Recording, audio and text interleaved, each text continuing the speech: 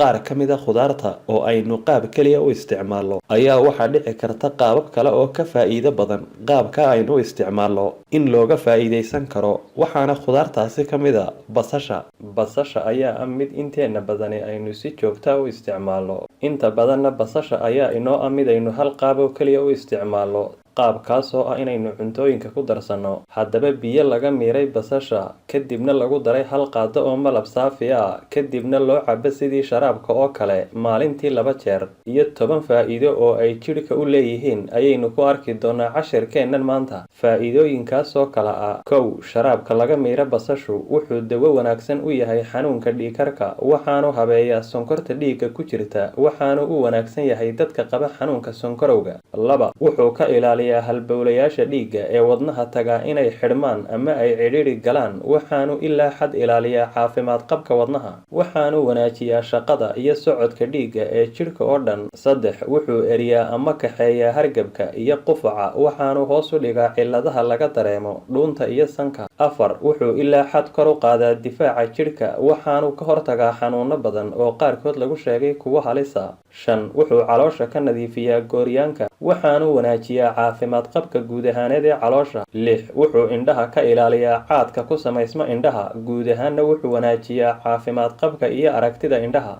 7. Wuxuu wanaajiyaa caafimaad qabka maqaarka sare ee jidhka, waxaanu wejiga ka bi'iyaa finanka yaryar ee kasoo baxa wejiga. 8. Wuxuu wanaajiyaa caafimaad qabka neerfayaasha jidhka oo dhan. 9. Wuxuu caloosha dawo uga yahay dibirada uu keeno nooc ka mid ah gaastarigu, waxaanu wanaajiyaa shaqada iyo caafimaad qabka mindhicirada. 10. Wuxuu wanaajiyaa caafimaad qabka ilkaha iyo afka, jidhkana wuxuu dawo uga yahay noocyada kala duwan ee infekshanka. Waana biyaha laga miira basasha oo lagu daro hal qaado oo malab saafi ah kadibna la cabo maalintii 2 jeer. Mahadsanidin.